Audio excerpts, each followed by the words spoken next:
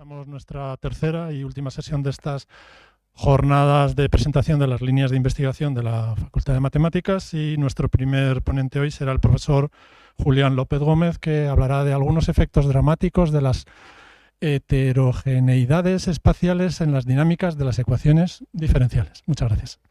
Ahora, estamos muy interesados en analizar los efectos de las heterogeneidades espaciales y temporales, pero para que os hagáis una idea de del tipo de resultados que obtenemos, lo que voy a hacer es poner un modelo muy concreto que muchos de vosotros ya conocéis, que es una ecuación difusiva de segundo orden, logística, pero voy a poner, en vez de un término u cuadrado, voy a poner un u cubo, porque de esta manera, siempre que tengáis una solución de la ecuación, la puesta también en solución, y los conjuntos de soluciones van a ser más simples de describir. Entonces, estamos interesados en estudiar soluciones de esta ecuación sujetos a una condición de frontera de tipo Dirichlet homogénea en la frontera, o sea que la u de 0 sea u de L y sea igual a 0 en ambos lados del intervalo, ¿no? Entonces, lo que queremos aquí, la a de x es una función continua que es positiva en todas partes, y el lambda es positivo y es un parámetro, y lo que estamos interesados es en estudiar la estructura del conjunto de soluciones de esta ecuación, de este problema. Este problema tiene la solución 0 siempre, pero también tiene soluciones diferentes de 0, soluciones positivas, que no tienen ningún nodo interior, soluciones con un nodo, que son soluciones que tienen un 0 interior, o soluciones con 2 ceros, o soluciones con 3 ceros, o en general soluciones con n ceros. ¿De acuerdo? Infinitos ceros no van a poder tener, porque la única sería la 0. Y eso es lo que queremos, organizar todas las soluciones. Entonces hay un caso que muchos de vosotros ya conocéis, que es el caso en que a es positivo, es una constante positiva. En tal caso, la ecuación la podéis escribir como un sistema de primer orden autónomo, y entonces es un sistema de tipo conservativo, con lo cual tenéis una energía. O sea, si hacéis el producto cruzado aquí, vais a comprobar que la derivada de esta función que tenéis aquí a la izquierda de esta igualdad es 0, y por tanto esta función es constante, vale lo que vale esta función en cualquier punto del intervalo. Entonces, esta función de aquí, esto tiene una interpretación física, tiene dos partes, una parte que es la energía cinética y otra parte que es la energía potencial. Esta de aquí, el lambda medio su cuadrado menos a partido por 4u a la cuarta, cuyo gráfico es el que tenéis aquí a la izquierda. El gráfico tiene un mínimo en 0, por tanto 0 es un punto, es un mínimo de la energía potencial, es un equilibrio, y es un centro lineal, o sea, es un centro no lineal. Alrededor de él hay un conjunto de soluciones periódicas. Luego después tiene dos máximos, que son este omega más y omega menos. Omega más es la raíz de lambda partido por a, omega menos es menos la raíz de lambda partido por a, que los tenéis aquí, y aquí tenéis el diagrama de fases correspondiente con esta energía potencial. Entonces consta de estas dos conexiones heteroclínicas entre estos dos equilibrios, esta de aquí y la de abajo. Luego después dentro tenéis toda una familia de soluciones periódicas alrededor del 0, y luego las órbitas exteriores, estas de aquí, que son órbitas explosivas. Entonces, si os fijáis en cómo son todas las soluciones de la ecuación diferencial, os daréis cuenta que las únicas que nos pueden proporcionar soluciones del problema de valores de contorno original son las periódicas, porque las periódicas son las únicas que en un determinado tiempo arrancan de 0, y al cabo de un determinado tiempo, el que tardas en recorrer este arco de la trayectoria, vuelves a llegar a 0. Con lo cual, si tienes la suerte de que has recorrido todo este arco de trayectoria que estoy marcando en un tiempo L, automáticamente vas a tener una solución positiva de ese problema de valores de contorno. Va a ser una solución con este perfil. ¿Veis? Arrancáis de 0 con una determinada velocidad, v sub 0, alcanza su valor máximo la solución en un tiempo t a una distancia del 0 u sub 0, con una altura u sub 0, y luego después, por simetría, decae a 0 en tiempo 2t. Entonces, si 2t fuera igual a L, o sea, si t es L medios, automáticamente vais a obtener una solución positiva del problema de valores de contorno. Entonces, toda la cuestión está en calcular este tiempo que tarda en alcanzar el máximo la solución, y el tiempo se calcula con técnica de sistemas dinámicos, es este tiempo de aquí, que depende del parámetro y depende del u sub 0. Cuando el u sub 0 se va a 0, esto es una función creciente del dato inicial. Cuando el U0 se acerca al equilibrio, forzosamente tiene que ir a infinito el tiempo, porque la heteroclínica tarda un tiempo infinito en alcanzar el equilibrio, y cuando el U0 se va a 0, esto os da 1 partido por raíz de lambda y la integral entre 0 y 1 de 1 partido por la raíz de 1 menos teta cuadrado, que es pi medios, con lo cual que es el cuarto del periodo de las pequeñas oscilaciones, que es 2pi partido por raíz de lambda. O sea, que si tomáis, si la longitud del intervalo L es tal que L medios está por encima de este mínimo del tiempo, que puede tomar esta aplicación tiempo, automáticamente va a haber un único punto de corte con el t, o sea, va a haber un único U0 de lambda, de manera que el tiempo que tardas en alcanzar esa altura U0 de lambda es justamente L medios, con lo cual obtienes una solución positiva del problema original. Entonces, para que haya una solución positiva L medios, tiene que estar por encima de este valor, lo cual es equivalente a decir que lambda tiene que ir por encima de pi partido por L al cuadrado, y además fijaros que si variáis el lambda, cuando el lambda crece, esta curva va a decrecer y por tanto el punto de corte con L medios va a aumentar, es lo que tenéis aquí. Y entonces los U0 de lambda van creciendo con el parámetro lambda. De la misma manera, cuando L medios va acercándose a pi partido por 2 raíz de lambda, que ocurre cuando lambda se va a pi partido por L al cuadrado, este punto se va hacia la izquierda y va de 0. Entonces, si resumís esta información, resulta que el conjunto de soluciones positivas está formado por todos los puntos de esta curva de aquí. Es una curva creciente desde 0, que arranca de lambda igual a sigma 1, que es pi partido por L al cuadrado, que se bifurca desde 0, emana desde 0 en este valor del parámetro y que va creciendo a medida que crece el valor lambda. Y debajo lo que estoy representando es la curva formada por las soluciones opuestas de las positivas, o sea, la curva de las negativas. ¿Cómo obtenemos las soluciones que tienen un nodo interior? Cuando tienes un nodo interior, por la simetría del problema, el nodo tiene que estar en el punto medio del intervalo, de manera que una solución que tiene que en 0 y en L se anula y en el punto medio del intervalo vale 0, es una solución que en el primer intervalo es positiva y luego después es negativa, y esa tiene un 0 interior justo en L medio, o sea, la construís a partir de la positiva del problema en un intervalo de longitud L medios. Por tanto, repito el proceso. Para ese intervalo de longitud L medios va a haber positiva cuando lambda vaya por encima de pi partido por L medios, que es 2pi partido por L al cuadrado, ¿de acuerdo? Y la voy a construir con la positiva en ese intervalo más pequeño, tomando la opuesta y trasladándola al otro intervalo. Así la construyo. Así podéis, de manera que la curva de soluciones con un nodo, pues es una curva de soluciones positivas para un problema en un intervalo más pequeño que emana desde 0 en sigma 2. Esta es esta curva azul que os he representado aquí. Arriba estoy pintando las que tienen U' de 0 mayor que 0, abajo las que tienen U' de 0 menor que 0. Y si lo hacéis para todas ellas, pues vais obteniendo todo este conjunto de curvas, las que tienen n-1 ceros interiores, te dividen todo el intervalo en n partes iguales y por tanto existen cuando lambda está por encima de pi partido por ln, por L partido por n, que es npi partido por L al cuadrado, ¿de acuerdo? Y así construyes todo este diagrama. Entonces la cuestión es, ¿qué es lo que ocurre cuando a de x no es tan sencillo como una constante y es una función continua general? Entonces, en ese caso, Rabinovich, en 1971, lo que hizo fue utilizar técnicas de grado topológico, utilizó el grado topológico, que son técnicas topológicas sofisticadas, para probar la existencia de una componente no acotada que emana desde la solución 0 en cada uno de estos valores de los parámetros sigma n. ¿De acuerdo? Entonces, también con el principio del máximo se puede probar que la solución positiva, incluso en ese caso general en que A es positivo, es una función arbitraria, es única, la negativa es única, la positiva está acotada, y además se puede probar, usando el principio del máximo, que todas las positivas, aquí tenéis la U0 de lambda y aquí tenéis la opuesta, que es la negativa, ¿de acuerdo? Encierran a todas las soluciones nodales en el interior, con lo cual todas ellas están acotadas por la positiva y por la negativa que están acotadas, y entonces utilizando este tipo de técnicas de ecuaciones diferenciales combinadas con técnicas topológicas se demuestra que el problema tiene una solución positiva si solo si lambda va por encima de sigma 1, que el problema tiene una solución nodal con un nodo si solo si lambda va por encima de sigma 2, etcétera, etcétera, etcétera. Pero ahora no tenemos unicidad en la solución nodal como teníamos antes. Ahora sabemos que hay un continuo de soluciones que bifurcan desde 0 en sigma 2, pero no tenemos ni idea de cuál es la estructura de ese conjunto de soluciones nodales, o con 2 nodos o con 3 nodos, no sabemos absolutamente nada. Y entonces ese es el problema que nosotros hemos estudiado durante los últimos años. ¿Cuál es la estructura del conjunto de soluciones con un nodo interior en el caso general en que a de x es una función continua? Entonces, para llevar a cabo ese estudio, tomamos el problema en un caso degenerado, en que A, por ejemplo, podéis pensar que es constante y tomáis un número finito de intervalos en los que se anula, todos ellos de la misma longitud. Entonces, hay un resultado que obtuve yo con Rabinovich hace un par de años, hace unos años, salió publicado el artículo en el 20, en el que probamos que solo hay solución nodal cuando lambda está entre el sigma 2 y pi partido por h al cuadrado, h es la longitud del intervalo de anulación.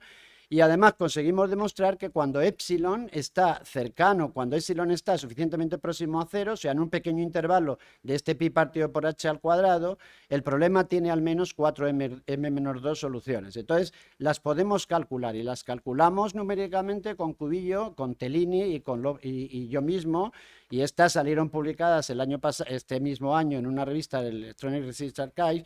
Y entonces aquí tenéis los diagramas de bifurcación que obtuvimos en 3 casos, para m igual a 2, con 2 regiones de anulación, con 3 intervalos de anulación y con 4.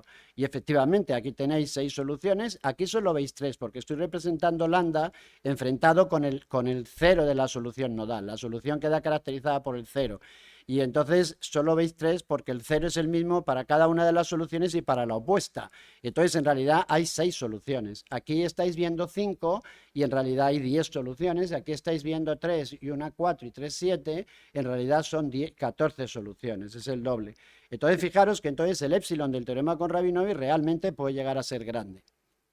Muy bien, y ahora lo que queremos es coger pesos clásicos, coeficientes que sean clásicos, que sean positivos en todas partes, y eso lo podemos lograr fácilmente haciendo que, tomándolos como epsilon, modificando el peso anterior degenerado y tomándolo como epsilon, en todos los intervalos donde el anterior era 0. Aquí os he pintado uno a la derecha donde el epsilon es 0.9. Entonces, calculamos los diagramas de bifurcación y podemos demostrar que siempre que lambda se mueva en un intervalo, en este que tenéis aquí, el resultado de multiplicidad con Rabinovich sigue siendo cierto. El problema tiene al menos 4m-2 soluciones nodales, pero este intervalo de lambdas es diferente al intervalo del teorema. O sea, para este intervalo de lambdas, en el problema degenerado que estudié con Rabinovich, no había ninguna solución clásica, no las había.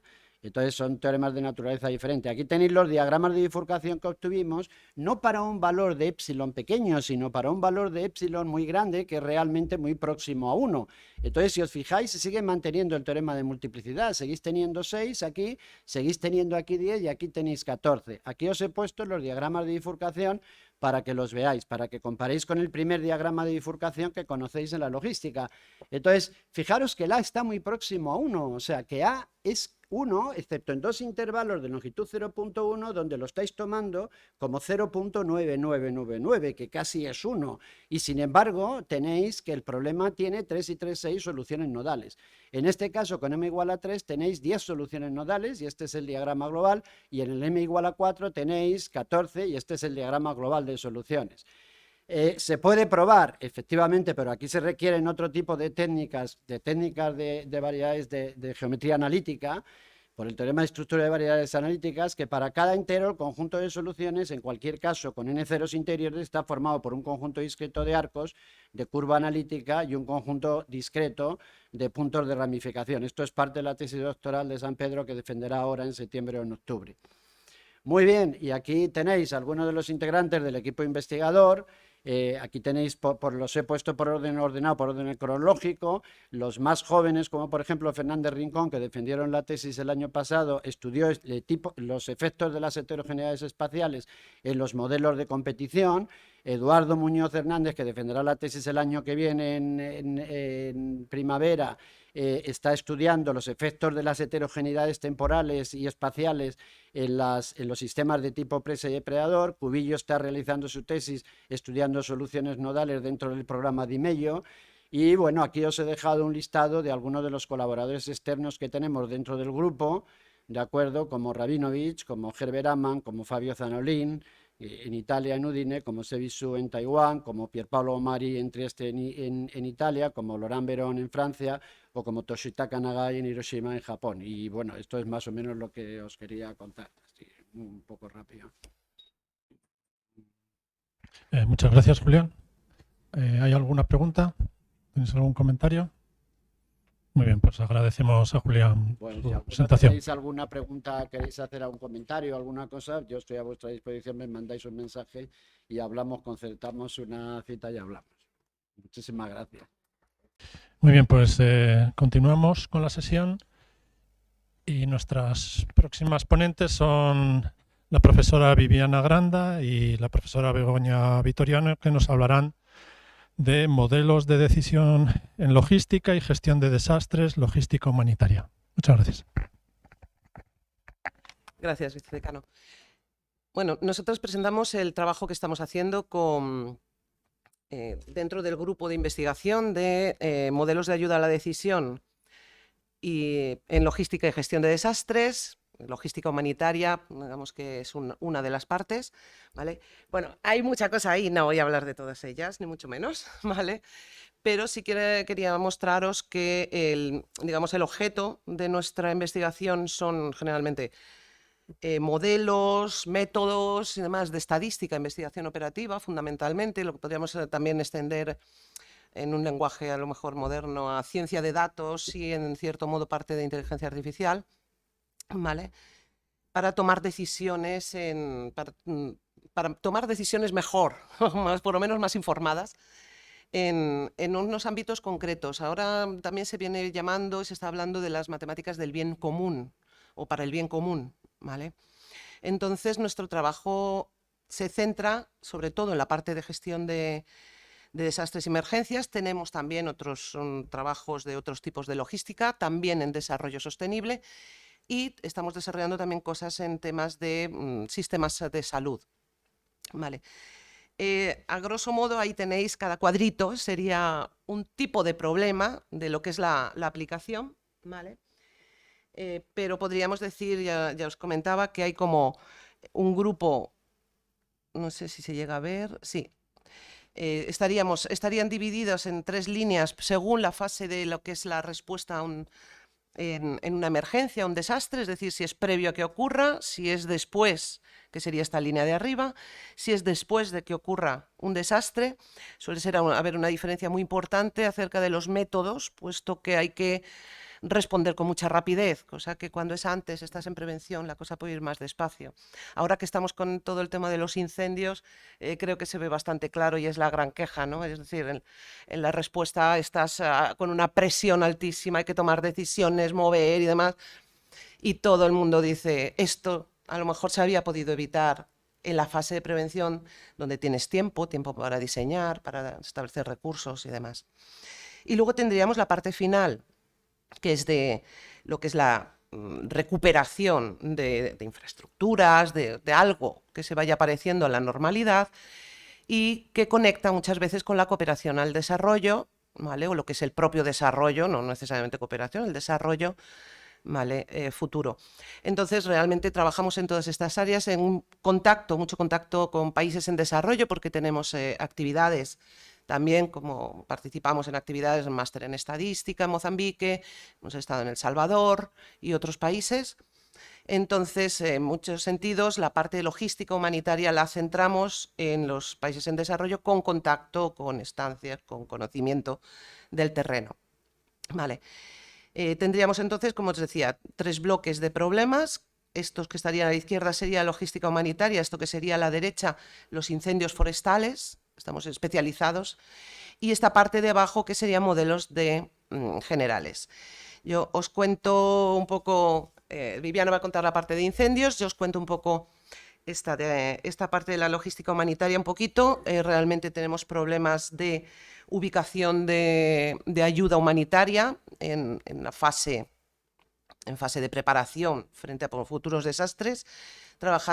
Tenemos ahora mismo trabajando en Mozambique y ahí generamos escenarios de desastres, haciendo trabajo con datos, medidas de distancia y demás para hacer representaciones de posibles desastres y modelos de localización, de programación matemática para decir dónde ubicarlos. Esto ha sido el trabajo de la tesis de Adán Rodríguez Martínez, que defendió el año pasado. Tenemos también al lado un modelo de estimación de consecuencias cuando se produce un desastre, estimación rápida, inmediata, que fue la tesis de Tíngaro Rodríguez utilizando lógica difusa. Tenemos varios modelos para la distribución de ayuda humanitaria después de que ocurra un desastre. Son modelos de rutas, de distribución, que son conocidos dentro del ámbito de la programación matemática, la investigación operativa, y también modelos de evacuación, que es lo que es el conjunto de la tesis. En los modelos de evacuación sería de la tesis que se está desarrollando Inmaculada Flores. Entonces, los modelos de evacuación buscan hacer modelos en los que digas cómo utilizar los recursos para evacuar a las personas después de un desastre o antes de un desastre, pero ya estás en la emergencia, como son los incendios. Tenemos modelos también de recuperación de infraestructura para recuperar la conectividad. Todo esto trabajamos siempre sobre casos reales o realistas con datos y demás.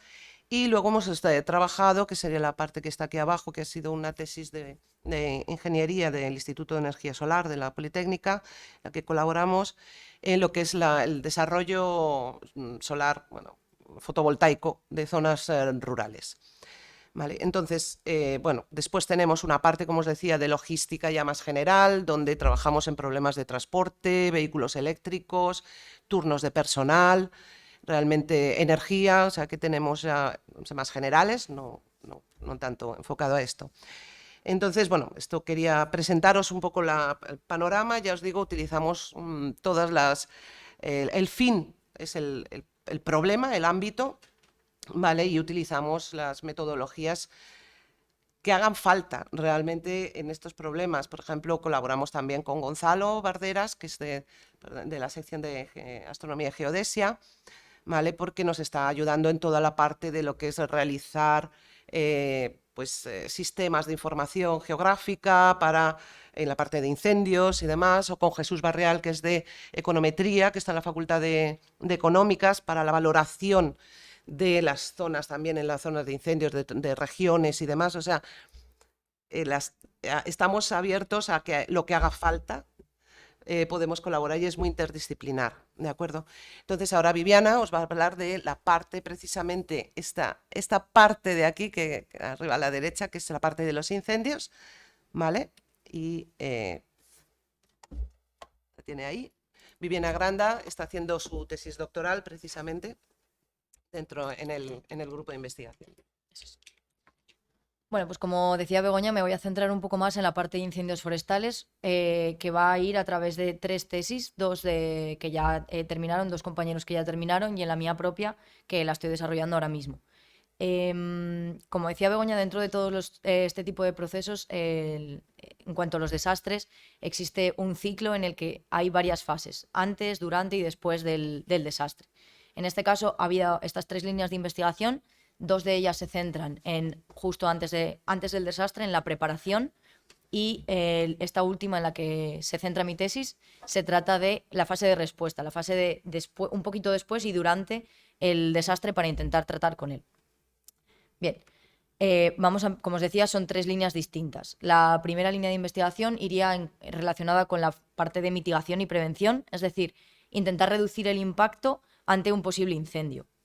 Esta fue la tesis realizada por Javier León, que terminó hace un par de años, y se trata de intentar optimizar lo que se llaman quemas controladas, que nos permiten gestionar la carga de combustible que hay en una región para intentar reducir o mitigar los posibles efectos adversos de un incendio. Se trata de que ese incendio no se haga demasiado grande porque tenga mucho combustible que quemar. ¿Cómo vamos a hacer esto? Pues se trata de realizar quemas controladas específicas e intentando optimizarlas, ya que los recursos de los que disponemos son escasos y además el tiempo en el que se pueden realizar estas quemas es limitado. No podemos ponernos a hacer quemas, por ejemplo, en verano o cuando las condiciones meteorológicas sean adversas, para que nuestra quema controlada no se convierta precisamente en un incendio. ¿Cómo vamos a hacer esto? Pues a través de un modelo de programación matemática lineal que optimiza las quemas controladas basadas en edades, es decir, en el tiempo que permanece el combustible localizado en ciertas regiones. Este modelo de programación va a ser lineal, lo cual va a ser importante a la hora de resolverlo, va a ser más fácil de resolver. Se trata de un modelo multiobjetivo en el que vamos a tener en cuenta varios criterios. Va a ser estocástico y vamos a utilizar técnicas de aversión al riesgo. Es decir, vamos a intentar cubrir los escenarios más adversos para que podamos cubrir todas las posibilidades. Bueno, el modelito está un poco resumido ahí, no voy a entrar al detalle. Y bueno, la estocasticidad la tratamos mediante un árbol de escenarios y la suerte que tuvimos en este proyecto es que, como dice Begoña, trabajamos muy estrechamente con casos reales, con datos in situ, y en este caso tuvimos la oportunidad de trabajar con un proyecto llamado GeoSafe, en el que incluso Javier se fue de estancia a Australia a colaborar con personas internacionales, y tuvimos también la suerte de poder colaborar con Infoca, que es el servicio de incendios andaluz, que nos pudo dar muchos datos, y a partir de ahí poder trabajar con un caso de estudio, en este caso en la Sierra de los Filabres. Y aquí lo que veis, bueno, es un poquito la optimización de cómo se optimizan esas quemas controladas en función del tiempo que permanece el combustible en el suelo. Vamos viendo cómo avanza el tiempo y dónde vamos programando esas quemas controladas y cómo va avanzando también la edad de esos combustibles que permanecen en el suelo. Bien. La siguiente fase sería un poquito más cerca del incendio, sería la fase de preparación justito antes del incendio, es la anticipación del evento para poder dar una mejor respuesta una vez que se ha producido. ¿Cómo podemos hacer esto? En este caso, la idea era determinar una probabilidad de incendio, intentar anticipar dónde se va a producir un incendio, dónde se pueden producir ciertos incendios. La idea era entonces generar un mapa que nos permitiera determinar en cada región cuál es la probabilidad de que se fuera a provocar un incendio. Para ello, mediante el histórico de vientos, mediante datos ahí lo tenéis, de 1995 hasta 2005, unos cuantos años, y utilizando un modelo multivariante gaussiano, se desarrollaron unos cuantos escenarios de viento. Ya sabéis que, bueno, al final la meteorología es muy variante y podemos contar con muchos escenarios distintos, nunca vamos a saber lo que ocurre. Se trata entonces de desarrollar distintos escenarios de viento a los que posteriormente podemos modificar ligeramente teniendo en cuenta la altitud y la pendiente de cada una de las zonas, carreteras y zonas no inflamables que van a permitirnos controlar mejor el incendio porque van a actuar de cortafuegos, digamos, e incluso histórico de datos sobre incendios que hayan ocurrido en el pasado, porque nos permite determinar zonas más proclives en las cuales se puede producir un incendio. Combinando toda esta información y los distintos escenarios de viento, podemos generar un mapa. En este caso también se trata de la Sierra de los Filabres. Trabajamos también con datos reales proporcionados por Infoca. Nos permite determinar en ese mapa la probabilidad de incendio de cada una de las regiones, teniendo en cuenta esos escenarios de viento, altitud, pendiente, carreteras, el histórico de incendios, etc. Y eso nos permitiría, en caso de acercarnos a la época de incendios, que en España en general suele ser más en verano, nos permitiría desplegar los recursos de manera más equitativa con respecto a la probabilidad de incendio que tenga cada una de las zonas. Bien, por último, vendría la última parte, que es la fase de respuesta, es decir, cuando ya se ha producido el incendio, cómo vamos a reaccionar ante él, para ver cómo podemos intentar apagarlo cuanto antes. Nos centramos en la parte de extinción. Existen también otras tareas, como puede ser la evacuación o la protección de activos, pero en este caso estamos centrados en lo que es la extinción, realmente el lidiar directamente con el fuego. Para ello, lo que estamos desarrollando es un modelo que nos permita de manera simultánea simular la expansión del fuego y también optimizar el movimiento de las brigadas. La idea es, bueno, estamos trabajando solamente con brigadas por tierra, ¿vale? De momento. Quería recalcar que no se trata de un modelo iterativo que simula la expansión del fuego y luego optimiza el movimiento de las brigadas, sino que se intenta optimizar de manera simultánea a la vez que simulamos cómo se mueve el fuego, porque al final la actuación de las brigadas tiene un impacto en cómo se va a mover el fuego, y la manera en la que se desarrolla el fuego va a determinar cómo esas brigadas se tienen que mover para saber dónde tienen que actuar. La expansión del fuego la simulamos mediante datos geolocalizados. Como decía Begoña, también trabajamos con personas que se dedican al ámbito de la geodesia, que nos pueden proveer estos datos. Se trata de un modelo determinista en un principio y que utiliza la metodología de Minimum Travel Time. Es decir, que el fuego se va a mover de un punto a otro por el camino más corto en tiempo. Y el movimiento de las brigadas tenemos que optimizarlo teniendo en cuenta que los recursos son limitados y que, bueno, y utilizamos un Vehicle Routing Problem, que os sonará de alguna asignatura de optimización, que nos permite determinar la ruta a los puntos en los que tenemos que generar esos controles que permitan evitar la expansión del fuego. Además, tenemos en cuenta también restricciones de seguridad que vienen determinadas por el tiempo en el que llega el fuego a un punto. Por eso podemos decir que se trata de un orienteering problem con ventanas de tiempo variables, ya que estas ventanas vienen dadas por el tiempo de llegada del fuego. Ese tiempo es el que determina cuándo nosotros tenemos que actuar, antes de que llegue el fuego y suficientemente antes para que no sea peligroso para los bomberos. Bien, la idea de este modelo es que nos permita determinar, a la izquierda tenemos los tiempos de llegada del fuego y a la derecha tenemos la intensidad final de ese fuego y cómo se ha movido. Y la optimización de las brigadas nos permite determinar esos crucecitas azules que son dónde tenemos que establecer los controles, y la línea punteada es en qué orden tenemos que visitar esos controles para poder extinguir el fuego. Y bueno, aquí tenemos unos cuantos artículos relacionados con incendios de las tesis de mis compañeros. Muy bien, muchas gracias a ambas. ¿Hay alguna pregunta o algún comentario que queráis hacer? Muy bien, pues gracias de nuevo. Nuestra próxima ponente es la profesora Fuensanta González Montesinos, que nos hablará del grupo de geodesia en entornos volcánicos, técnicas de observación y métodos matemáticos para estudiar zonas activas. Muchas gracias.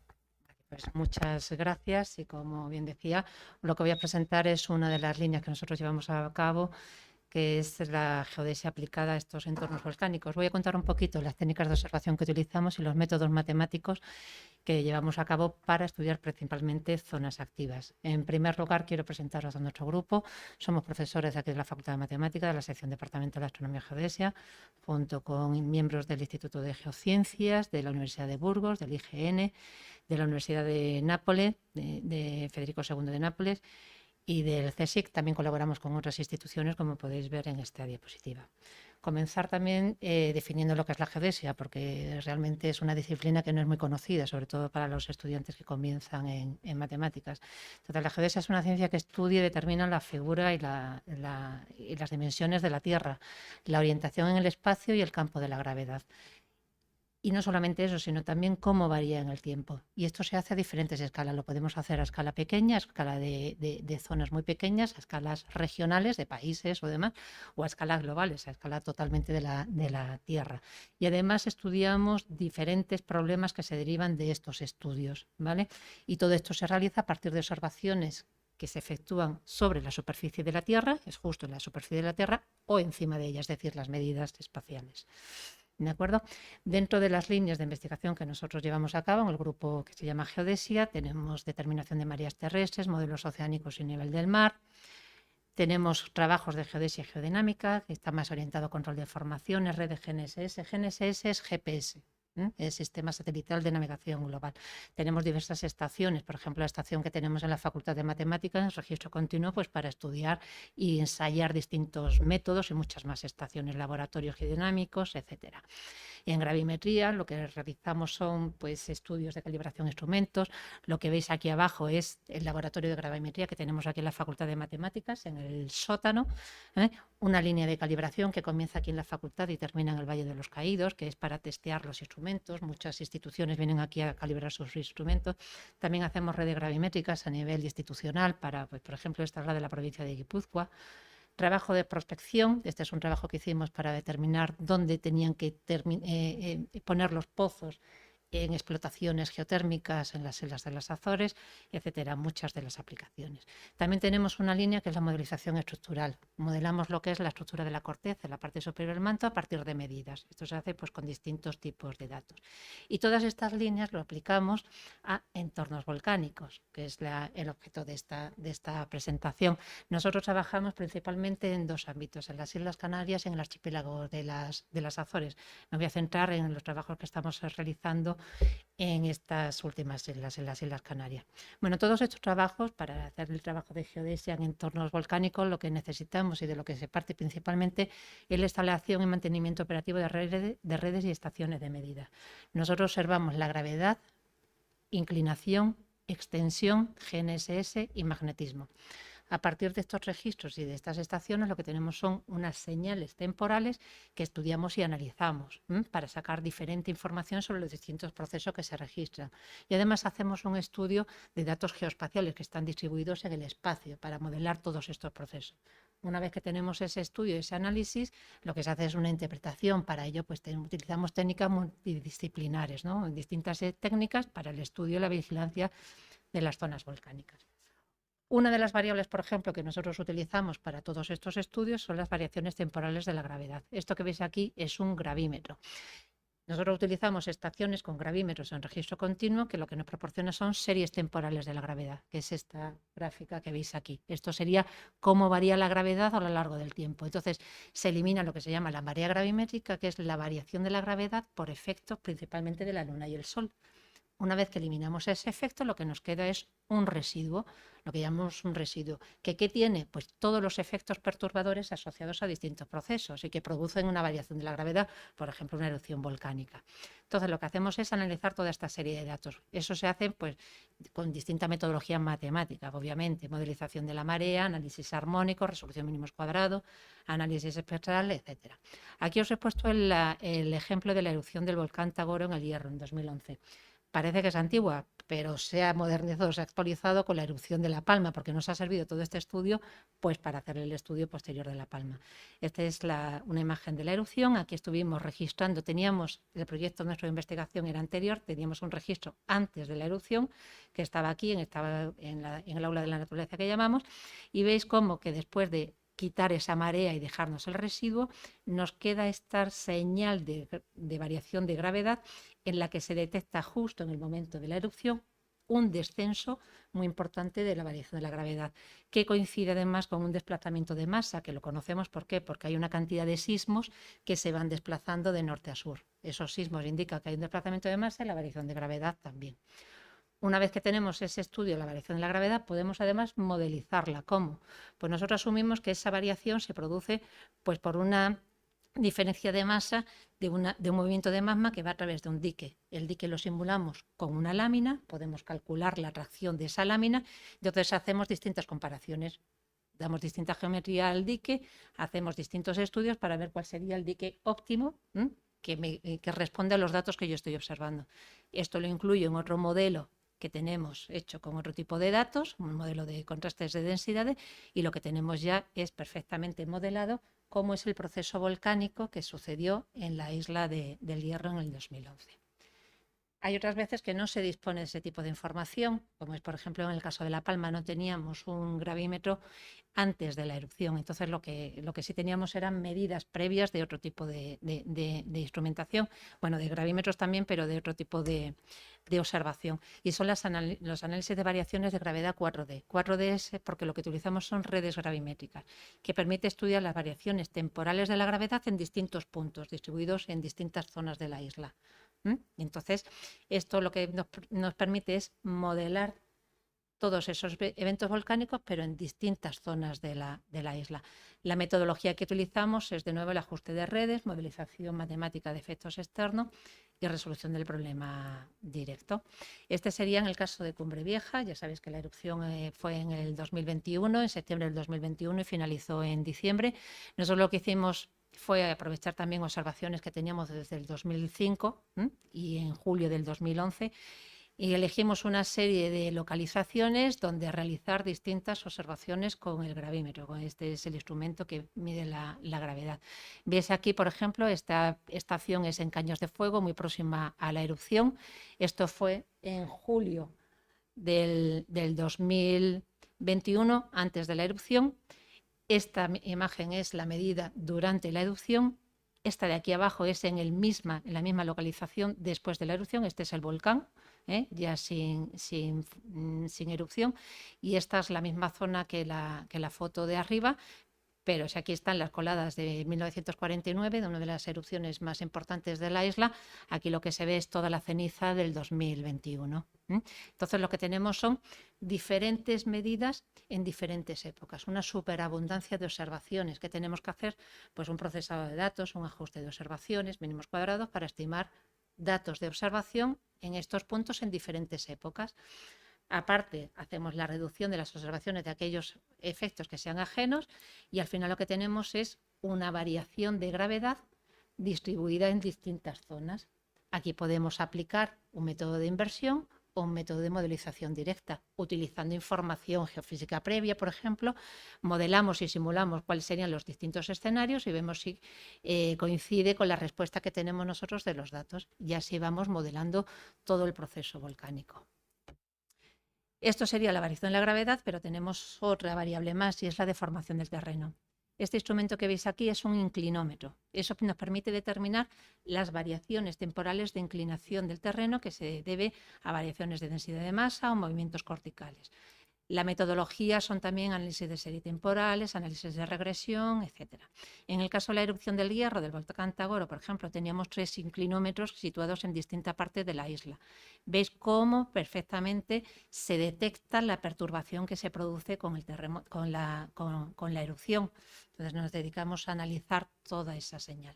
En el caso de Cumbre Vieja, lo que hemos hecho ha sido instalar, estamos en plena fase de estudio, obviamente, tenemos 3 inclinómetros, está en la zona de la erupción, está en la colada, en los caños de fuego, en el volcán San Antonio, y en esta zona de aquí tenemos 3 inclinómetros para cubrir toda la zona. Inclinómetros que se colocan en cuevas, en zonas que estén bastante protegidas de perturbaciones. Entonces vamos registrando las distintas perturbaciones que se han ido detectando antes, durante y después de la erupción, porque sigue habiendo muchísimo movimiento de distribuciones de masa que me alteran estas señales. Aquí, por ejemplo, veis perfectamente cómo ha habido una perturbación de una distribución de masa en la bajo superficie. Estas serían caños de fuego en esta estación de aquí, cómo se nota perfectamente un cambio de amplitud en ambas componentes. Los inclinómetros se colocan siempre en 2 componentes, en norte-sur y este-oeste, para determinar qué dirección lleva esa deformación. Y aquí se ve, sin embargo, en la tendencia norte-sur, que es, se supone que el dique y toda la intrusión viene desde el sur hacia el norte, se nota perfectamente cómo hay un cambio de tendencia en esta componente. Hay efectos perturbadores en estas señales que tenemos que tener siempre en cuenta y que son muy importantes modelar. Pueden ser efectos oceánicos, como es el efecto oceánico indirecto, el efecto atmosférico, perturbaciones locales, tanto en la parte de inclinación como de extensión. Os muestro un ejemplo de perturbación oceánica que se produjo, que detectamos por el volcán Tonga. El volcán Tonga fue aquel en el Pacífico Sur, a 15.000 kilómetros de Canarias. Estos son los registros de presión atmosférica en nuestras estaciones de Lanzarote, La Palma y El Hierro. 15 horas después de producirse la erupción, nosotros detectamos estas deformaciones, estas perturbaciones en la presión atmosférica. Todos estos cambios de presión atmosférica alteran el nivel del mar, de tal forma que, por ejemplo, en Lanzarote, que tenemos un mareógrafo en Jameos del Agua, en una de las estaciones, después de quitar esa marea, lo que nos queda es el residuo y veis perfectamente cómo en la determinación del nivel del mar, que es esta señal roja, se produce una perturbación justo en el momento de las mayores explosiones, justo en el momento no, desplazado por la trayectoria, ¿no?, que sigue esa perturbación. Otro de las variables que utilizamos para hacer geodesia en entornos volcánicos son los desplazamientos GNSS. GNSS es el símil de GPS, ¿vale? Una generalización de esta técnica. Esto lo que nos da son desplazamientos en 3 componentes. En 2 componentes, norte, sur, este, oeste, pero también en vertical. ¿De acuerdo? Estas serían las distintas tecnologías, metodologías que hacemos. En el caso de La Palma lo que tenemos son varias estaciones de GNSS y veis cómo se pueden calcular las deformaciones en diferentes líneas de base. Esta sería, por ejemplo, el LP01 LEPAL, que sería esta línea de aquí, justo en el momento de la erupción, cómo se produce una dilatación o cómo se produce una contracción, los distintos movimientos que tenemos en la isla debido a estas perturbaciones. Y por último, la modelización estructural a partir de la inversión de campos potenciales. Ya hemos dicho que lo que tenemos que tener es mucha información para después poder reinterpretar todos estos procesos en los que estamos trabajando. Entonces, la gravimetría, por ejemplo, nos permite, a partir de mapas que se llaman anomalías gravimétricas Booger, es decir, variaciones de gravedad de un punto, aquí hay más gravedad que en esta zona de abajo, pues a partir de métodos de análisis e inversión, lo que podemos es establecer modelos de la corteza, modelos de las estructuras, tanto de la corteza como de la parte superior del manto. De magnetismo, también mediante mapas de anomalías, de observaciones de anomalía magnética, podemos establecer modelos de magnetización y a partir de la sísmica lo que establecemos son modelos que me dan diferentes contrastes de velocidad en la estructura, lo que me permite pues hacer modelizaciones de este estilo. Bueno, todas estas observaciones están a partir de estaciones experimentales, pero hay una parte muy importante también en nuestro trabajo que la llevamos a cabo gracias a los laboratorios. Nosotros tenemos muchas estaciones experimentales y un laboratorio de aquí de la Facultad de Matemáticas y otro laboratorio en Lanzarote, en el que llevamos a cabo pues una serie de investigaciones con una instrumentación muy variada, con largas series de datos, lo tenemos desde hace muchos años, y una instalación científico-técnica que es singular en este ámbito de ciencias de la Tierra. Aquí podéis ver algunas de las fotos de los distintos instrumentos que tenemos en los 3 módulos que configura el Laboratorio de Geodinámica de Lanzarote. Este laboratorio nos sirve también para ensayar todos los estudios, todos los procesos que estamos llevando a cabo pues en las otras islas del archipiélago canario, de tal forma que nos permite no solamente testear los aparatos, sino también extrapolar metodología que vamos ensayando en esta isla. Y esto es todo. Muchas gracias. Muchas gracias, Fuensanta. ¿Alguna observación o algún comentario que queráis hacer? ¿Alguna pregunta? Muy bien, pues muchas gracias. Bueno, pues continuamos con esta tercera sesión y nuestro próximo ponente es el profesor Antonio Gómez Corral. Nos hablará del grupo de procesos estocásticos con aplicaciones en epidemias. Muchas gracias.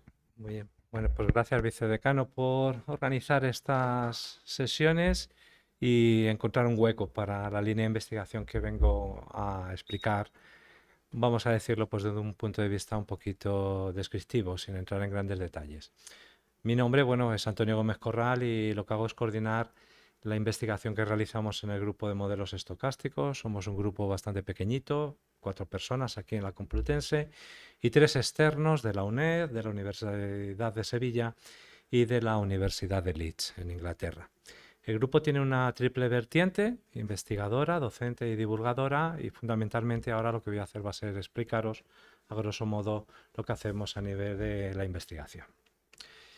La investigación o lo que hacemos está vinculada fundamentalmente a proyectos como el que tenemos actualmente, titulado Contribuciones a los modelos estocásticos en epidemiología, financiado por la Agencia Estatal de Investigación. Aquí colaboramos con distintos investigadores con un doble perfil. Por una parte, ese perfil matemático que nos caracteriza a todos. Algunos estamos especializados en procesos estocásticos, en probabilidad aplicada, otros en estadística, contamos con algún físico. Y colaboramos luego con otros investigadores del CSIC y del Instituto Peter McCallum de Australia, que tienen un perfil mucho más experimental. Las instituciones de los otros matemáticos y físicos que colaboran con nosotros pues están en la Universidad Pontificia Comillas, en la Universidad de Leeds, en la Universidad Nova de Lisboa, en la Universidad de Salerno y en Tsukuba, en Japón. Realmente nosotros colaboramos con estos investigadores y hemos coincidido en colaborar para desarrollar 4 líneas de investigación dentro de este proyecto, que en general pueden ser representativas de la investigación que hacemos día a día. 2 de estas líneas de investigación están orientadas a construir y estudiar modelos estocásticos en epidemias. En particular, epidemias con vacunación o epidemias con diferentes tipos de infección. En el caso de la vacunación, construimos modelos en donde incorporamos vacunación imperfecta, contemplamos la posibilidad de que la inmunidad pues, sea no permanente o diseñamos estrategias de vacunación pre y post exposición al patógeno. También buscamos la aplicación y la aplicación la encontramos en modelos de tuberculosis en particular. En cuanto a los diferentes tipos de infección, construimos modelos estocásticos en los que se combina la transmisión horizontal, que es la habitual, de igual a igual, con la transmisión vertical, la que se produce de padres a hijos. Consideramos también modelos en los que distintos patógenos se transmiten dentro de una misma población y puede existir la coinfección de un individuo por distintos patógenos. Otro caso especial en la investigación que hacemos es la construcción de modelos asociados a diferentes cepas de una misma bacteria. ahí es muy interesante pues, los modelos que desarrollamos en el ámbito de la resistencia a los antibióticos. La tercera línea de investigación es una línea de investigación bastante grande en cuanto a que desarrollamos modelos estocásticos en los que intervienen otros elementos del ámbito del área de conocimiento, estadística e investigación operativa. Por ejemplo, intervienen modelos de líneas de espera, modelos de redes de colas, modelos de grafos. Por ejemplo, las líneas de espera y las redes de colas están muy vinculadas a la gestión de recursos limitados en los modelos de epidemias, como poder acceder a un número finito de vacunas, por ejemplo, a un número finito de tratamientos en general, a un número finito de recursos, camas, por ejemplo, en un hospital. Luego las redes de epidemias están muy vinculadas a los grafos, donde los nodos son los individuos y los enlaces entre los nodos son pues ese camino de transmisión de la infección. Entonces podemos, a través de un grafo bidireccional, representar heterogeneidad entre los individuos y la posibilidad de que la infección se transmita de un individuo a otro, pero no en el sentido contrario.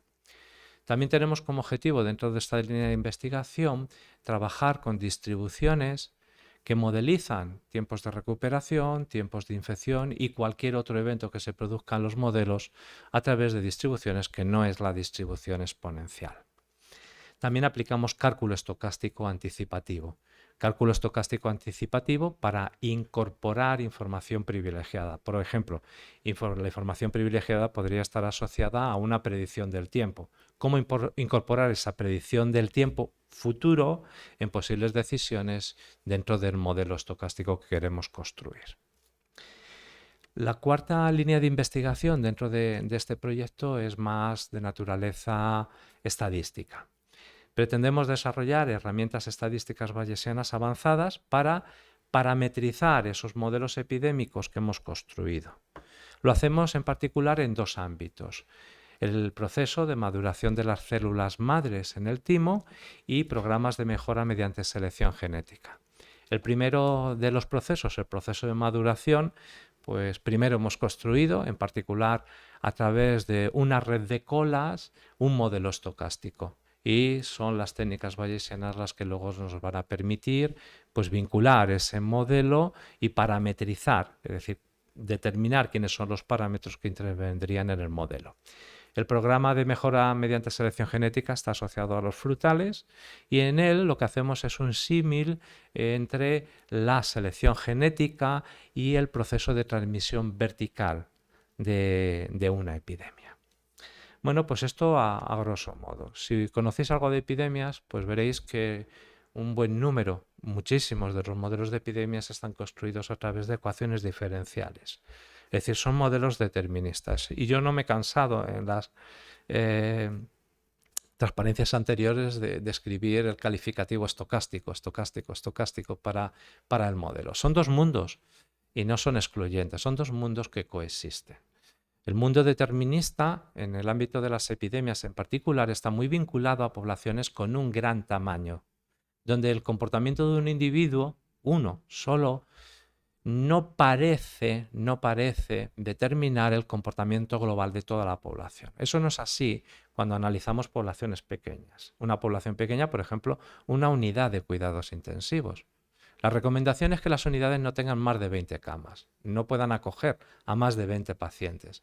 Claro, el comportamiento individual del staff, de los enfermeros que están atendiendo a los pacientes a la hora de ser cuidadosos, pues con los materiales que comparten, porque se comparten materiales. Bien, se comparten materiales entre los pacientes. Ya mismamente se está compartiendo el aire de la sala en la que se encuentran los 20 pacientes. Bueno, pues si no se es suficientemente cuidadoso, quizá una bacteria resistente a los antibióticos que afecte a un paciente se pueda transmitir a otros. O no, si ser muy cuidadoso.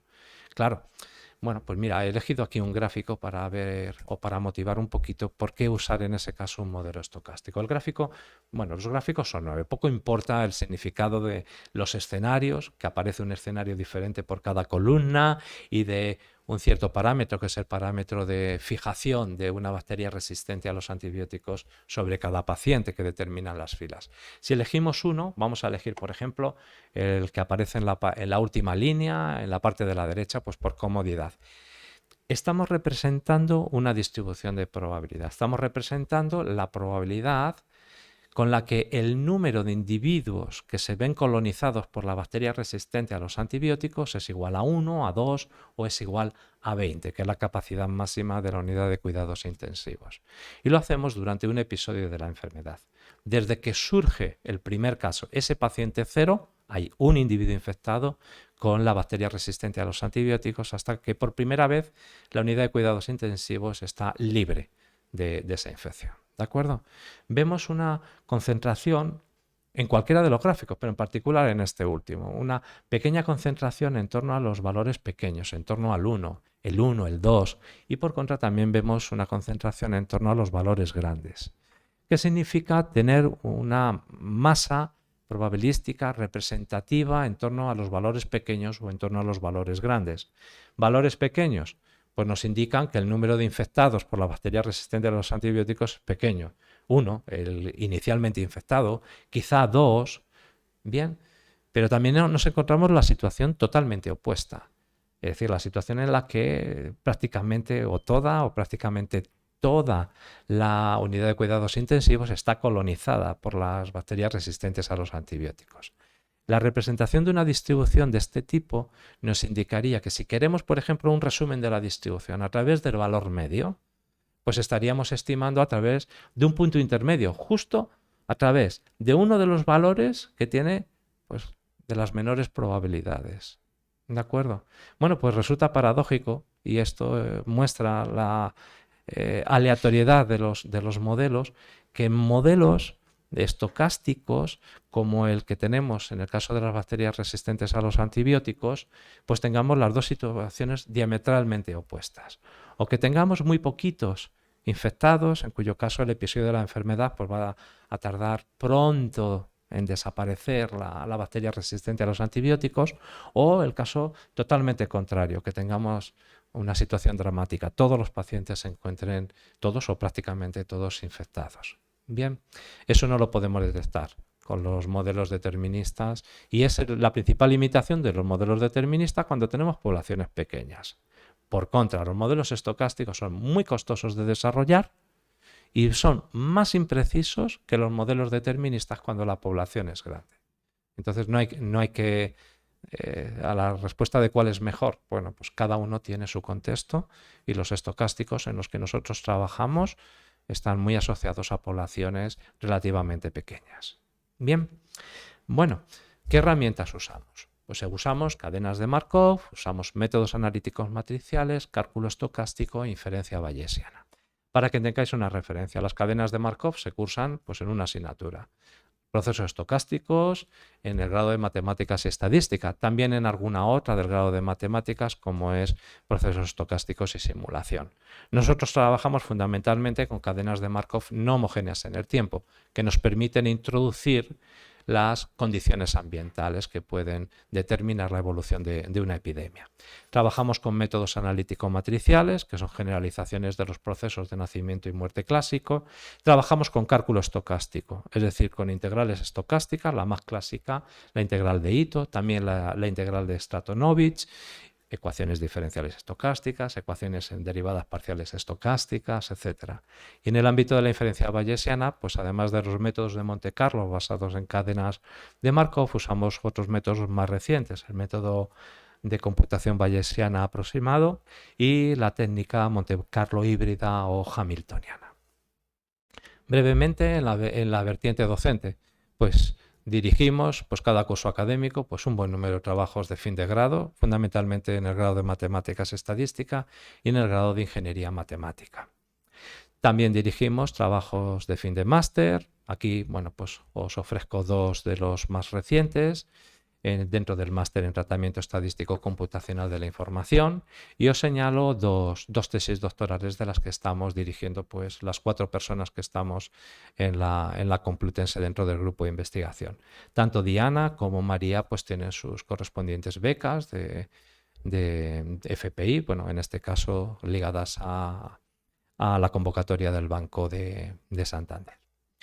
En la vertiente divulgadora, pues realizamos divulgación a 2 niveles. Un nivel, pues mucho más orientado hacia la comunidad científica internacional, que tenga interés en mezclar los procesos estocásticos con la biología matemática. Organizamos un workshop sobre procesos estocásticos y sus aplicaciones, diferentes eventos. Bueno, aquí en la facultad pues hemos organizado uno con la Sociedad Europea de Matemáticas. También hemos fundado y coordinamos un grupo a nivel nacional, un grupo de trabajo sobre procesos estocásticos y sus aplicaciones asociado a la Sociedad de Estadística e Investigación Operativa. Y esta divulgación también pues, la desarrollamos a un nivel más orientado hacia la sociedad en general. Hemos publicado un par de libros, los podéis encontrar en la hemeroteca de la facultad, orientados a bueno, pues, cómo las matemáticas pueden influir en la propagación de las enfermedades, en general en la biología. Y de vez en cuando pues, publicamos algún artículo de investigación ya en plataformas digitales, menos especializados, es decir, no orientados hacia los matemáticos. Y bueno, pues evidentemente si queréis más información, aquí tenéis la página web, mi página web, que está construida también como un blog donde podéis encontrar información muy general y no solo sobre los intereses de esta línea de investigación. Si queréis algún detalle en particular, pues tengo el defecto de contestar a todos los correos electrónicos. Ahí tenéis el mío y estoy abierto pues, a cualquier consulta que me queráis hacer a través del correo electrónico o en persona si un día os pasáis por el despacho. Bien, pues muchas gracias y en particular pues gracias al vicedecano. Muy bien, pues continuamos con la sesión. Es el turno de las profesoras Alba Franco Pereira y María del Carmen Pardo Llorente y hablarán del grupo Bioestadística.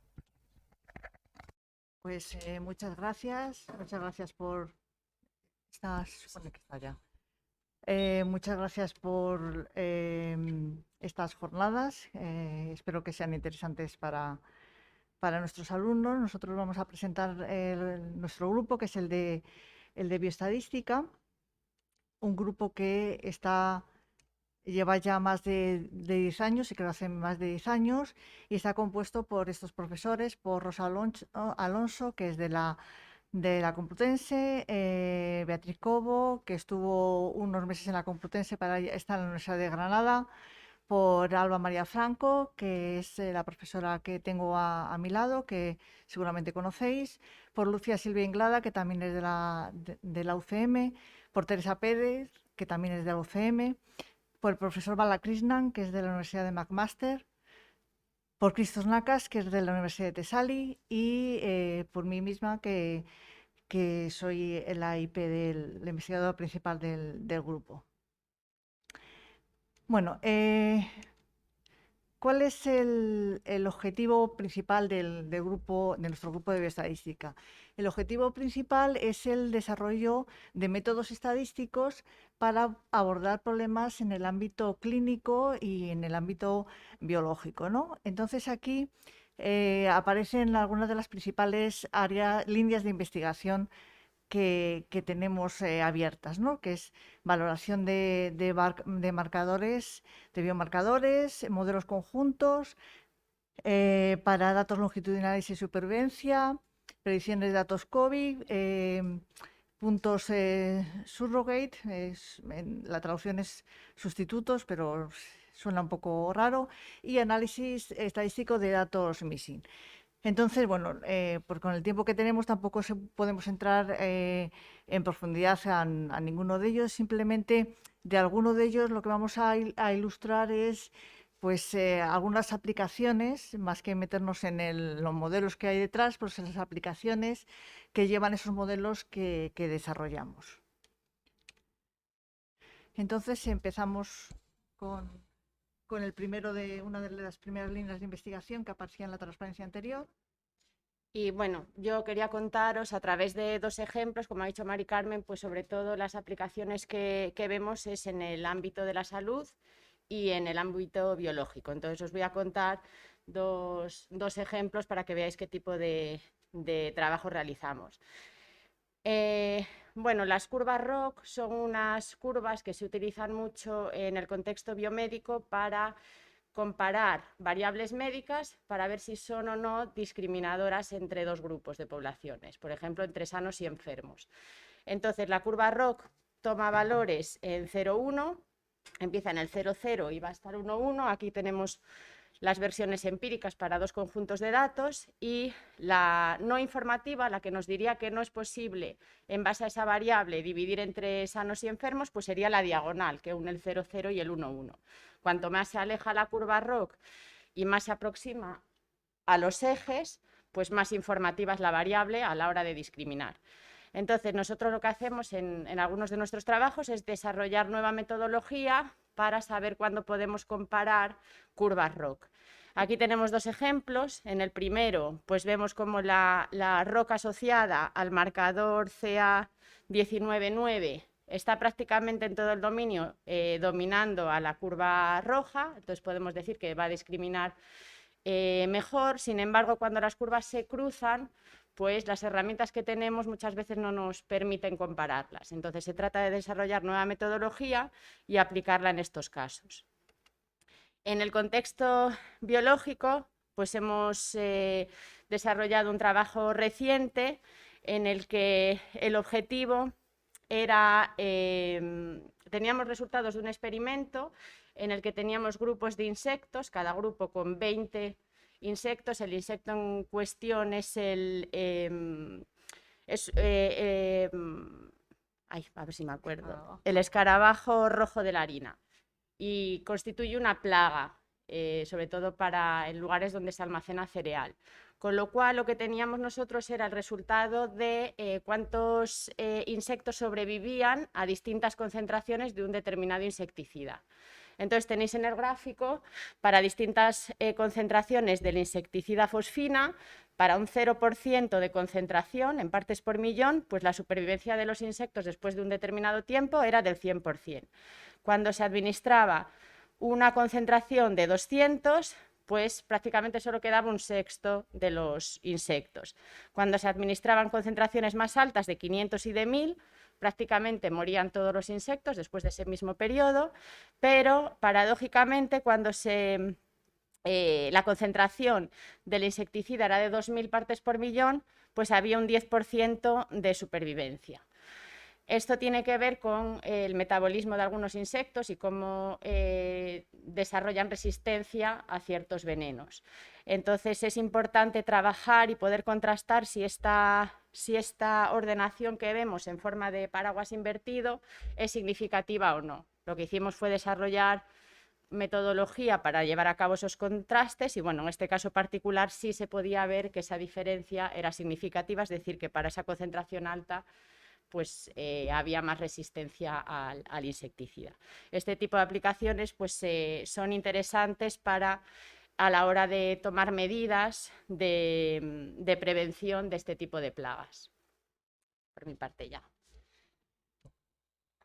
Bueno, otra línea de investigación es la de el desarrollo de modelos conjuntos. Modelos conjuntos para datos de supervivencia y datos longitudinales.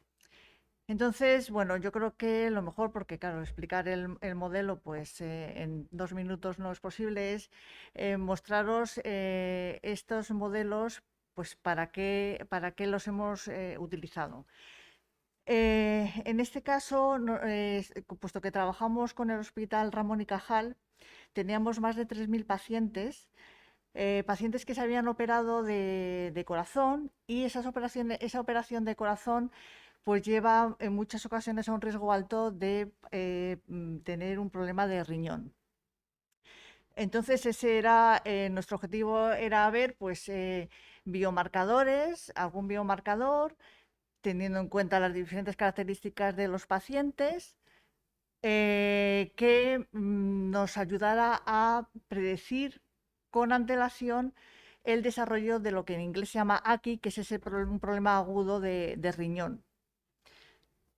Entonces, vimos que uno de los marcadores que nos ayudaba con esta predicción es la tasa de filtrado glomerular, lo que aparece como estimado, EGFR.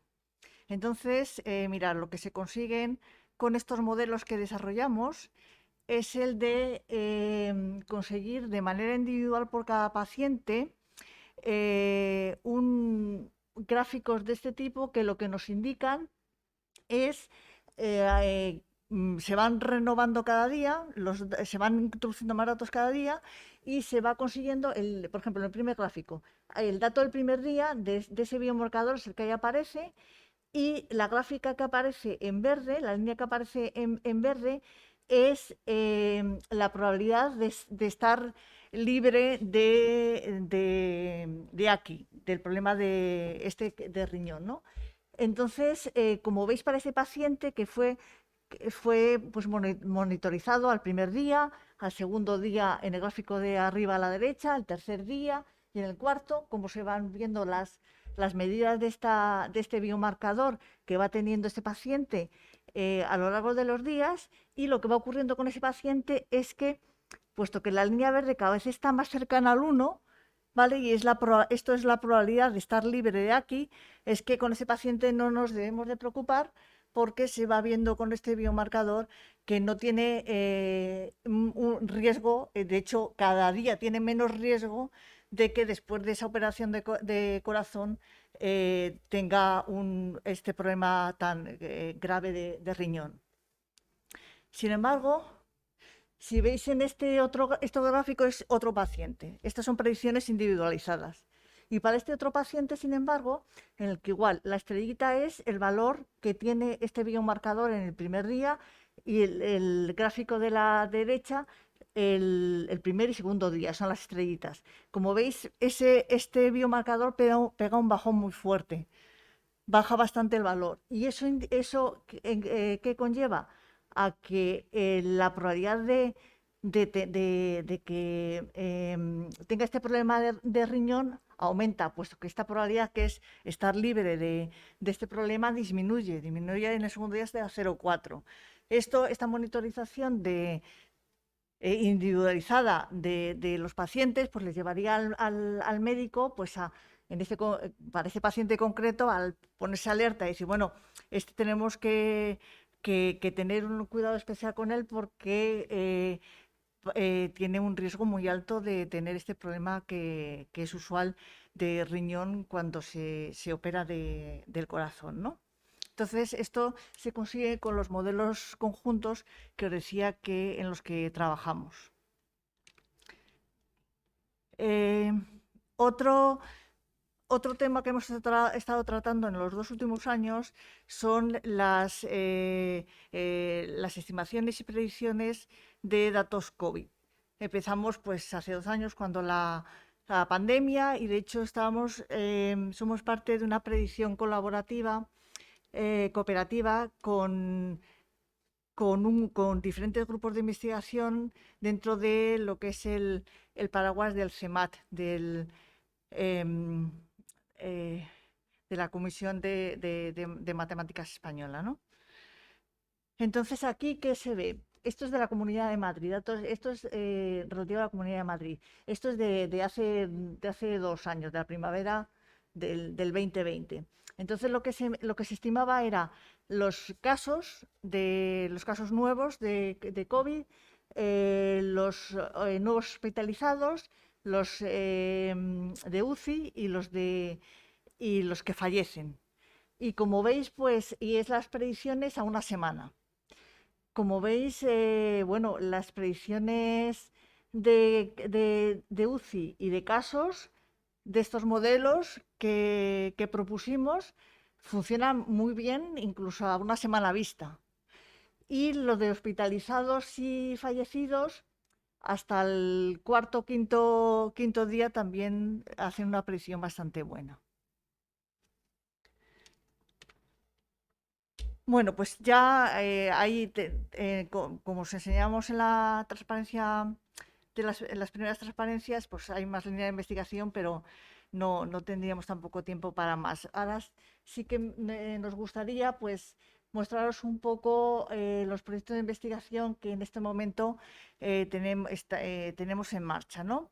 Y tenemos uno del Ministerio de Análisis de Ensayos Clínicos, Modelos Conjuntos y Evaluación Estadística de marcadores sustitutos.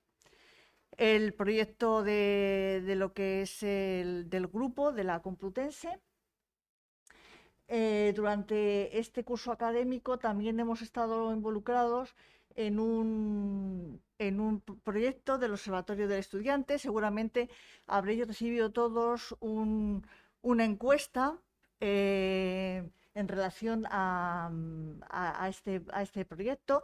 De hecho, ha tenido una acogida magnífica porque ha habido más de 6.000 respuestas de alumnos de la Complutense, con lo cual, pues las conclusiones a las que estamos ahora redactando los informes finales para finales de este mes entregarlos al Observatorio de Estudiante, pues la verdad es que son muy interesantes. Y también, pues, estamos involucrados en un contrato del artículo 83 con la Queen Mary University de Londres. Estos son los proyectos actuales. En relación a investigadores no españoles con los que tenemos colaboraciones y seguimos trabajando, pues son estos de aquí. Los dos primeros son miembros del grupo, y pues luego también con la Universidad de Oxford, de Stanford, de Irlanda, de Israel, de Bélgica y de Netherlands, de Erasmus Medical Center. En el caso de, pues, de hacer la tesis con el grupo, pues se pueden hacer estancias, bueno, depende del tema que se coja. Se vería si encaja con alguna de estos centros, y si no, pues se podrían hacer las estancias en otros centros, ¿no? Pero todos estos, pues como veis, hay bastante variedad. Perdón, ya me doy prisa. En tesis que estamos en estos momentos pues dirigiendo en el grupo, pues están estas 5. La primera será depositada en septiembre y las otras ya les queda más tiempo, ¿no? para ser presentadas. Y ya para terminar, deciros que pues el grupo está dentro de la red de bioestadística española Biostanet. Tenemos contacto con el CENIO. De hecho, esta primavera pues se ha presentado una tesis dirigida por una persona del grupo y una persona del CENIO. Como os he contado en una de las aplicaciones, pues estamos trabajando en el Hospital Universitario Ramón y Cajal. Hay dos miembros del grupo que somos profesores visitantes de la Queen Mary, y de hecho somos los estadísticos de varios ensayos clínicos del centro Mark. Y esto es todo. Si pues tenéis alguna pregunta o queréis informaros más a fondo, pues o contactáis con la profesora Alba o conmigo. Muy bien, pues muchísimas gracias por vuestra presentación. Muy bien, pues acabamos la sesión de hoy con... Bueno, estaba previsto que hablara el profesor Juan Tejada, en su lugar lo hará la profesora Elisenda Molina, y nos hablará sobre el grupo de modelos de atribución y competencias. Bueno, modelos de atribución. Muy bien, pues modelos de atribución, juego teóricos y aplicaciones, redes sociales, marketing y machine learning. Muchas gracias. Buenas tardes. Bueno, disculpad a Juan Tejada, pues que ha cogido COVID, entonces no podía estar aquí. Y yo no me había preparado esto, entonces me iba a poner el cronómetro, pero veo que no me hace falta, que me va a pitar aquello para avisarme. Bueno, esto no es tan ambicioso ni tiene unas fronteras tan amplias como el proyecto anterior, suerte con la colaboración rusa. La verdad es que personalmente me parece un error achacar a los científicos rusos todo lo que está pasando y castigarles de la forma que se les está castigando. Y bueno, pues voy a presentar lo que hacemos en el grupo de investigación de teoría de juegos y aplicaciones. El título ha cambiado porque hemos puesto el título del proyecto que tenemos actualmente concedido por el Ministerio y en el que pues salen, la verdad, que listadas las aplicaciones en las que estamos trabajando, que son bastante menos altruistas, que van dedicadas al marketing, a las redes sociales y algo de machine learning, ¿vale? El grupo de investigación pues tiene 8 investigadores senior. Aquí de senior estamos 2, yo y Juan Tejada, que es el que lidera el proyecto. Y hay otro grupo que está físicamente ubicado en la Facultad de Estudios Estadísticos, en la que está el otro COIP, que es el profesor Conrado Manuel.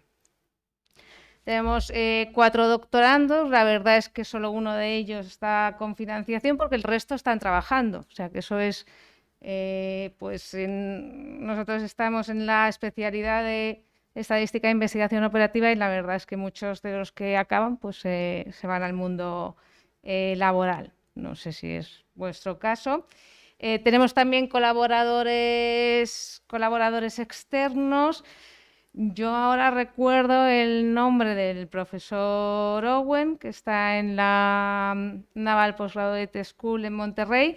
No recuerdo ahora quién es el otro colaborador externo y luego pues colaboramos con diversos investigadores porque el grupo de teoría de juegos pues es bastante cooperativo, ¿vale? Bastante movimiento entre unos y otros. Y bueno, ahora tenemos un proyecto de investigación que nos acaban de conceder, que es el que lleva ese título tan largo. La presentación, un poquito lo que empezaba era contando un poco qué es la teoría de juegos, porque posiblemente pues no hayáis estudiado teoría de juegos en la carrera, o no sé si habéis visto algo de teoría de juegos. Yo creo que igual no, o igual la habéis visto un poquito. Bueno, la teoría de juegos realmente lo que es la formalización matemática de aquellas situaciones en las que hay más de un decisor. Y lo importante, o sea, la característica que hace, que diferencia la teoría de juegos de un problema de decisión colectiva, es que cada uno de estos decisores toma su decisión individualmente y las consecuencias de mis decisiones no dependen solo de lo que yo he decidido, sino de lo que también han decidido el resto de los agentes involucrados en esta situación. O sea, como la vida misma, ¿vale? En la teoría podríamos decir que hay aspectos normativos que tratan de describir cómo nos deberíamos de comportar y otros aspectos predictivos que tratan un poquito de predecir cuál sería el desenlace en una situación de conflicto y cooperación. Y también hay algunos que son descriptivos, ¿vale? Y ejemplos, pues desde los juegos que todo el mundo podía pensar, de juegos de estrategia siempre, ¿no? O sea, que son aspectos estratégicos. Nunca estamos jugando contra el azar, que sería un problema de decisión. O sea, que aquí el contrincante también es un agente racional, pues el ajedrez, el póker y demás. O sea, que sí que realmente nacieron allí porque von Neumann planteó los primeros modelos sobre juegos de estas características, pero luego va mucho más allá, conflictos militares, competencia económica, política, reparto de recursos o incluso pues en algo que está o que lleva todo el verano y que debería de llevar más tiempo en boca de todo el mundo, que son las subastas y ese mercado eléctrico y ese diseño de las subastas, ¿vale? Pues aquí la teoría de juegos es realmente la que formaliza todos esos modelos y eso es el diseño de mecanismos que ha valido varios premios Nobel, ¿vale? Simplemente un poquito para que nos situemos, hay como 2 líneas o 2 ámbitos distintos. Aquellas situaciones en las que los jugadores, los agentes implicados, no pueden firmar acuerdos vinculantes y aquella en la que sí que pueden hacerlo. Pueden formar coaliciones, pero esas coaliciones tienen sus normas y se ha firmado un acuerdo por el que nos vincula a hacer lo que hemos dicho que vamos a hacer. En el primer caso, pues lo que se busca o la solución que se proponen son los equilibrios, y en el segundo caso son los repartos. Bueno, si nos unimos todos, cómo nos repartimos el beneficio conjunto que se ha generado, y en el otro es, bueno, pues dado que cada uno ha tomado su decisión sin hablar con los demás, o si habla sin poder vincularse, pues vamos a ver a qué situación de equilibrio podríamos llegar. Y estos pues son los padres de la teoría de juegos, von Neumann, el padre de la teoría de juegos y de muchísimas otras cosas, y no más pues porque falleció demasiado temprano. Y un poquito más adelante, Nash, pues que aparte de otras contribuciones matemáticas, como también hizo von Neumann, pues también contribuyó a la teoría de juegos. Von Neumann fue el que formalizó todo esto. ¿Y por qué se ha hecho útil, importante la teoría de juegos? Porque en el fondo es como, o si se lee el libro de von Neumann y de Morgenstern, en el que se centran las bases, pues es un poquito... su objetivo era convertir a la economía en una física, y para eso hacía falta un lenguaje matemático y unas matemáticas. Entonces, esta teoría de juegos era realmente ese sustento y ese lenguaje matemático que la economía necesitaba para realmente poder tener el ciencias delante. Eso es el prólogo del libro de Morgenstern. El prólogo lo hizo Morgenstern. Y este es nada, es el modelo matemático, es más sencillo para cada jugador, pues qué es lo que puede hacer, su conjunto de estrategias, y qué es lo que obtiene como resultado de lo que él mismo ha decidido, pero también de lo que han decidido los demás. Von Neumann un poquito le falló esa visión que tenía de halcón, o de un mundo demasiado enfrentado.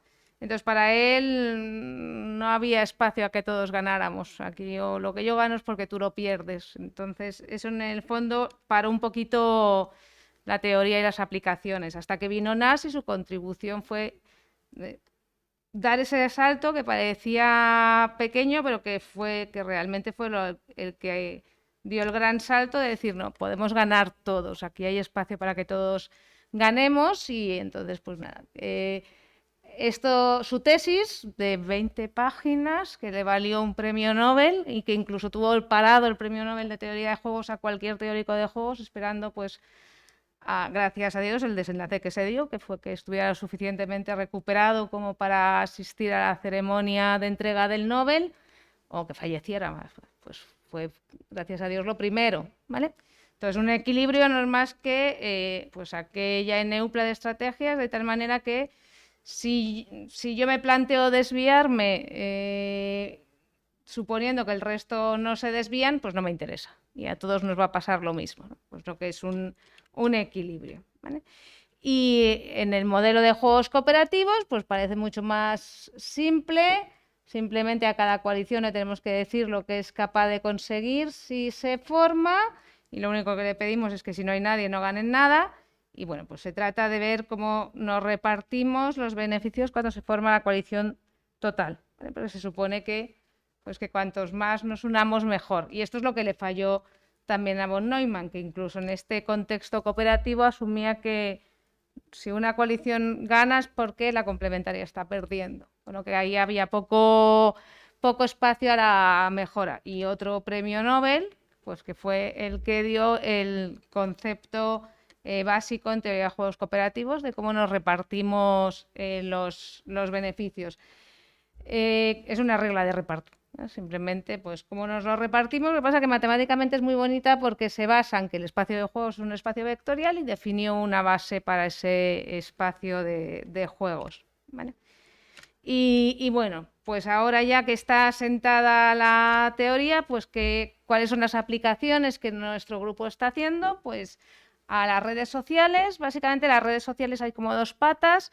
Nosotros estamos más centrados en la pata de difusión de la información. ¿Cómo se difunde la información? A través de una red social, lo típico de los influencers.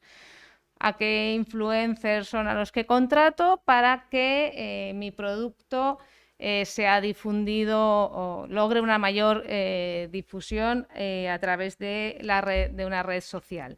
Aquí podríamos decir no hay nada de juegos. En principio, si hay un único producto que está siendo lanzado, pues no hay ningún juego.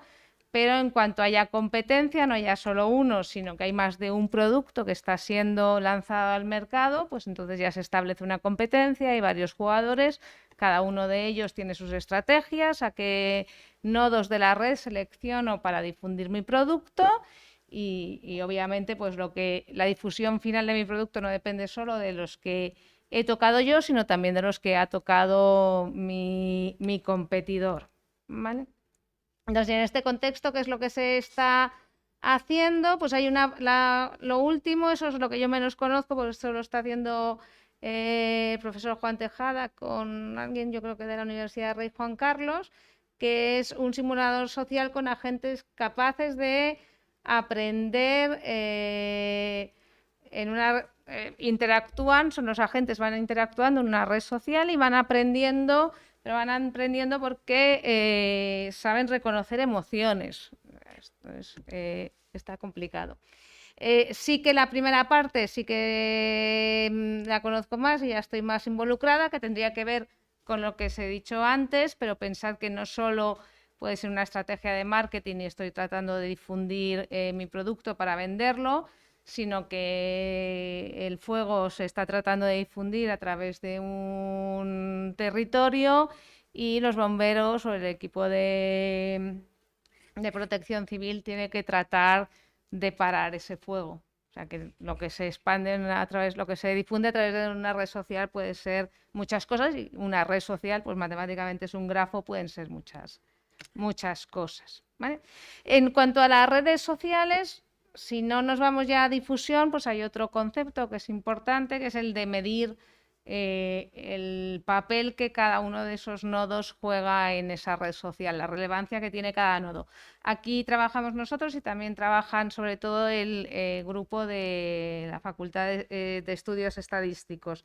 ¿Y por qué aquí aparece la teoría de juegos? Pues porque lo que puede aportar la teoría de juegos es incorporar información extra. No solo tengo la estructura topológica de ese grafo, sino que tengo en cuenta para qué se usa esa red social. No es lo mismo una red de terroristas que una red de amigos, ¿vale? Los fines que se persiguen, por lo que la gente está metida en esa red social y se comunica a través de esa red social, cambia drásticamente. Entonces, la teoría de juegos permite combinar esas dos fuentes de información, el grafo por un lado y la funcionalidad de la red por otro lado, ¿vale? Y con ese valor de Shapley, pues se obtienen medidas de la relevancia de cada uno de esos nodos en la red social. Y bueno, aquí se hacen muchas cosas, no solo de la importancia de los nodos, sino si la red es cohesiva o no es cohesiva. Una red cohesiva es de alguna manera resistente a los ataques y a que haya ciertos fallos en las conexiones. Si hay poca cohesividad, a poco que algo falle, aquello se cae. Si hay mucha cohesividad, pues es más resistentes. Y luego, pues que a nivel político también es importante, pues que siempre tenemos en cuenta relaciones de afinidad, si somos o no somos amigos, pero hay relaciones de enemistad. Y entonces, pues conviene incorporar las dos relaciones, no solo si somos amigos, sino si somos enemigos, porque si somos amigos siempre consideran que las relaciones de amistad son transitivas y los amigos de mis amigos son mis amigos, pero es que igual los amigos de mis amigos son mis enemigos. Entonces eso en política es importante, ¿vale? Porque no todas coaliciones, aunque esté el mediador, son posibles, ¿vale? Porque si no podríamos ir de un extremo al otro saltando por intermediarios y eso muchas veces pues no es viable, ¿vale? Entonces, pues bueno, eso son cuestiones en las que se está viendo. La aplicación al marketing tiene que ver con los repartos. Ay, Bueno, y lo del Machine Learning, esto tiene que ver con lo de la explicabilidad, ¿vale? Los modelos de Machine Learning son de caja negra, entonces simplemente, bueno, simplemente no, son de caja negra y por tanto pues es difícil tratar de explicar qué papel ha jugado cada una de las características que se han tenido en cuenta en la predicción final. Entonces, si la predicción final soy yo y me dices que me has denegado un crédito, pues tengo derecho, y la ley lo dice y cada vez se está haciendo más, pues tengo derecho a que me digas por qué no me lo has concedido, porque a mí no me lo has concedido y a otras personas que yo conozco sí. O pues para ver efectivamente si ese algoritmo es sesgado o no sesgado, si es racista o no es racista, o qué es lo que está pasando simplemente. Porque... Entonces, pues bueno, la teoría de juegos está dando respuestas ahí, algo tan raro, pues ese valor de Shapley está dando respuestas también para medir la importancia de cada una de las características, está teniendo en cuenta.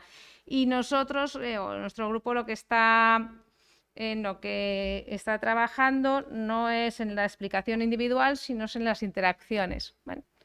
Pues igual si cojo COVID y no soy demasiado mayor, pues no me va a pasar nada, pues que resulta que si no soy demasiado mayor, pero tengo una afección en el corazón y tengo otra cosa, entonces sí, ¿vale? Entonces la interacción es muy importante. Y bueno, eso es todo. Muchas gracias. Me he pasado un poquito, pero espero que no demasiado. ¿Hay alguien que tenga alguna pregunta ahora, o si no, pues a cualquiera de nosotros, que no está el correo? Voy a poner el correo por aquí, al menos de Juan. Muy bien, ¿alguna pregunta? Bueno, pues muchas gracias, Elisenda. Muchas gracias. Por esta participación sobrevenida, sobre todo.